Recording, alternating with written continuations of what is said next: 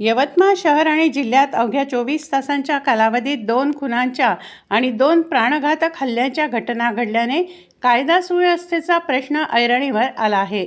सलग घडलेल्या या रक्तरंजित घटनांमुळे संपूर्ण जिल्हा हादरला असून नागरिकांमध्ये भीतीचे वातावरण निर्माण झाले आहे. विशेष म्हणजे दोन्ही खून प्रकरणातील आरोपींना पोलिसांनी ताब्यात घेतले असून पुढील तपास सुरू आहे. शहरातील जामनकर नगर परिसरात जुन्या वादातून एका तरुणाची घरात घुसून निर्घृण हत्या करण्यात आली. मिळालेल्या माहितीनुसार आरोपी आणि मृत तरुण यांच्यात काही दिवसांपासून वाद सुरू होता. या वादाचेच पर्यवसान खुनात झाले. आरोपीने थेट घरात घुसून तरुणावर जीवघेणा हल्ला केला. गंभीर जखमी झालेल्या तरुणाचा उपचारादरम्यान मृत्यू झाला. या घटनेमुळे परिसरात मोठी खळबळ उडाली. दुसरी धक्कादायक घटना पांढरी येथे घडली.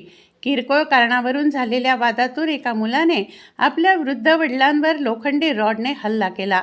पाण्याचा वापर करण्याच्या कारणावरून झालेल्या वादाने हिंसक रूप धारण केलं. संतापाच्या भरात मुलाने वडिलांना बेदम मारहाण केली. गंभीर जखमी झालेल्या वृद्धाचा मृत्यू झाला. या घटनेने नातेसंबंधातील संवेदनशीलता आणि वाढती हिंसक प्रवृत्ती पुन्हा एकदा समोर आली आहे. दरम्यान यवतमाळ शहरातील अवधूतवाडी पोलीस ठाण्याच्या हद्दीत आर्णी रोडवर एका तरुणावर धारदार शस्त्राने हल्ला करण्यात आला. या हल्ल्यात तो गंभीर जखमी झाला असून त्याच्यावर उपचार सुरू आहेत. हल्ल्याचे कारण अद्याप स्पष्ट झाले नसले तरी पोलिसांनी तपासाची चक्रे वेगाने फिरवली आहेत.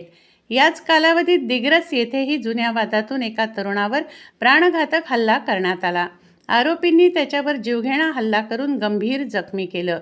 स्थानिक नागरिकांच्या मदतीने जखमीला तातडीने रुग्णालयात दाखल करण्यात आलं. या प्रकरणातही पोलिसांनी तपास सुरू केला आहे.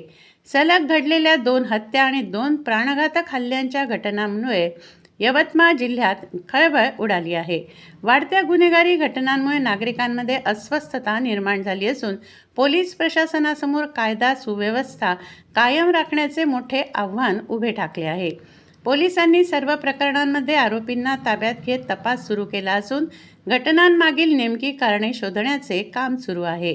जिल्ह्यातील या सलग रक्तरंजित घटनांमुळे सर्वत्र चिंतेचे वातावरण निर्माण झाले आहे. हिंदी मराठी